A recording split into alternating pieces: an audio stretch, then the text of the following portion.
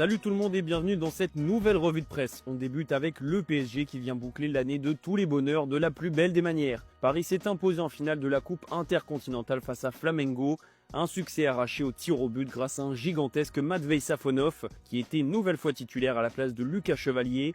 La rencontre a été serrée de bout en bout. Kvaratskhelia avait ouvert le score avant que Jorginho n'égalise sur penalty et il aura fallu une séance de tir au but décousue pour que le PSG s'impose.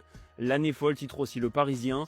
Le PSG a mis la main sur 6 titres cette saison, la plus belle année de son histoire. La toute première fois ajoute l'équipe. C'est simple, le PSG a remporté la Ligue des Champions, la Super Coupe d'Europe et donc la Coupe intercontinentale pour la première fois de son histoire. Le club de la capitale a enfin le succès espéré sur la scène mondiale depuis l'arrivée de QSI. À l'étranger aussi, on reconnaît la suprématie du PSG qui n'a rien volé et a été de loin la meilleure équipe du monde cette saison. Le PSG sur le toit du monde, comme le rappelle Abola, un sextuplé, un ballon d'or dans l'équipe. C'était difficile d'imaginer mieux pour Paris cette saison, difficile de rêver plus grand maintenant.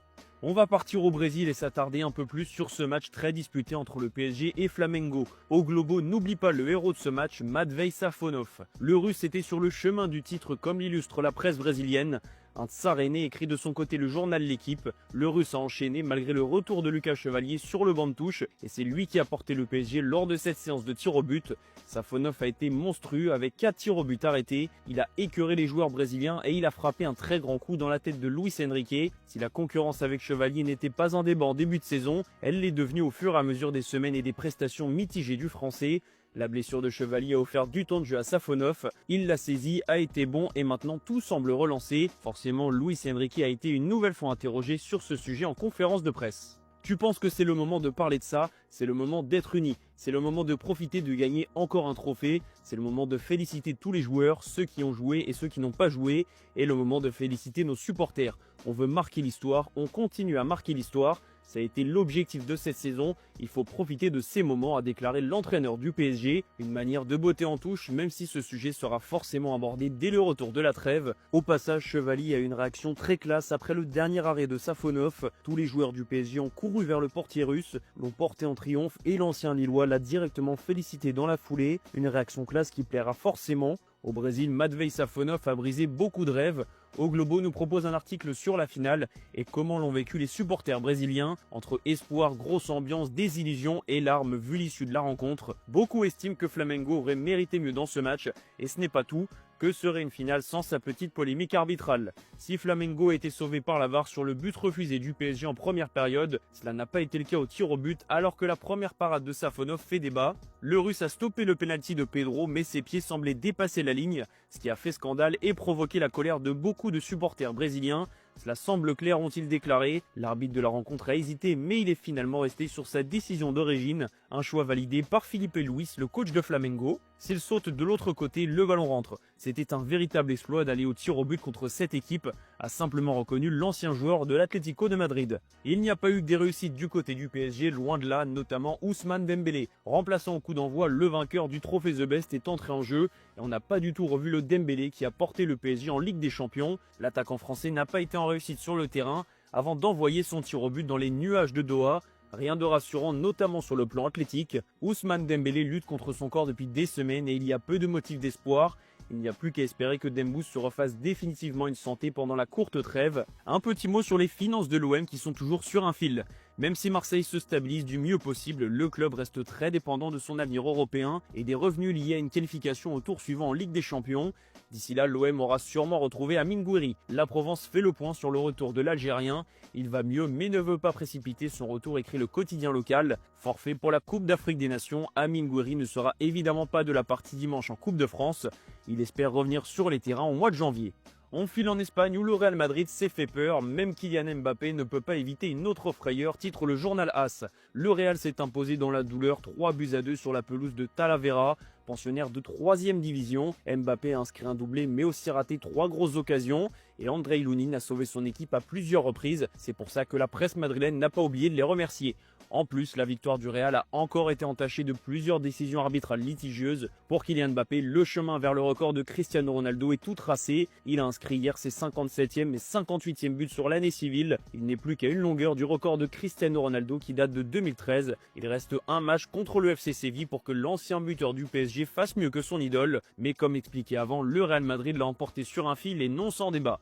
La presse catalane ne s'est d'ailleurs pas privée de tailler le rival madrilène. Cette fois, il n'y aura pas de vidéo de Real Madrid TV, ironise le journal Mundo Deportivo. Le Real a bénéficié d'un penalty très généreux, voilà qui ne devrait pas nécessiter l'intervention de la chaîne du club qui s'est déjà rebellé plusieurs fois contre l'arbitrage espagnol. Un petit mot sur le Barça, on connaît la date du retour de Ronald Araujo. Le défenseur central uruguayen avait décidé de faire un break, vu sa période catastrophique sur le plan sportif. Selon Marca, Araujo voudrait faire son retour début janvier pour le derby contre l'Espagnol Barcelone. Direction l'Angleterre où une fois n'est pas coutume, Ryan Cherki a enfilé son costume d'artiste pour porter Manchester City. Succès 2-0 en League Cup pour les Sky Blues contre Brentford avec un but lumineux de la part de l'ancien lyonnais. C'est Savigno qui a doublé la mise en seconde période. Singing in the Ryan, écrit la presse anglaise. Plus les semaines passent, plus Cherki semble comme un poisson dans l'eau en Angleterre. L'international français a délivré une vraie masterclass et la presse britannique se languit toujours de sa qualité technique, tout comme Pep Guardiola. Et d'ailleurs, il n'y a pas qu'en Angleterre que Cherki fait parler de lui. La Gazzetta dello Sport parle d'un Cherki brillant, mais c'est surtout en Espagne qu'on est déjà fan du crack de City. Cherki est une bombe, titre Marca. Choqué par le talent et la prise de pouvoir du joueur de 22 ans, Cherki et Savigno font la différence Tempori Sport, mais dans le contenu, on insiste bien sur la qualité du joueur formé à l'OL et de ce qu'il apporte déjà à Manchester City. Pep Guardiola n'a pas non plus tari d'éloges à l'égard de Ryan Cherki. Close to the 80-yard box for the opening. He's an exceptional player, made a fantastic goal. A blind guy, a blind woman can realize it's not necessary to be a journalist or manager to realize that was a fantastic goal. So I saw many times with Phil this type of goal with Kevin before. So I'm happy that opened the game. Mais juste après cette déclaration, le coach catalan, toujours aussi exigeant, l'a gentiment recadré sur son investissement défensif. Après cela, je trouve qu'il n'a pas très bien joué. Il ne remplissait plus son rôle défensif car il avait perdu son énergie. Ce que j'aime chez Savigno, c'est qu'il se donne toujours à fond. Cherki est jeune mais toujours très agressif et comme les autres, il peut devenir encore meilleur lorsqu'il prend la bonne décision finale. On va finir cette revue de presse en Italie. Ce soir a lieu la demi-finale de la Supercoupe d'Italie entre l'AC Milan et le Napoli. Un choc capital pour les deux équipes, notamment pour Antonio Conte, qui doit rebondir après la semaine dernière très compliquée et les défaites en Ligue des Champions plus Serie A. Le technicien italien a confirmé en conférence de presse que Romelu Lukaku était encore trop juste, même s'il a repris l'entraînement. L'autre demi-finale a lieu demain. Elle opposera l'Inter Milan à Bologne. L'invité surprise de ce quatuor, Christian Chivu, veut gagner son premier titre avec le club interiste. Et pour ça, il a prévu d'aligner son meilleur duo en attaque, à savoir la paire Lautaro Martinez-Marcus Thuram. Le Français est revenu à un bon niveau depuis sa blessure et sa doublette avec l'Argentin a toujours fait des étincelles. Il faudra confirmer ça demain contre Bologne. Voilà les amis, c'est la fin de cette revue de presse. Merci de l'avoir suivi. Et comme d'hab, on se retrouve en fin d'après-midi pour le JT Foot Mercato.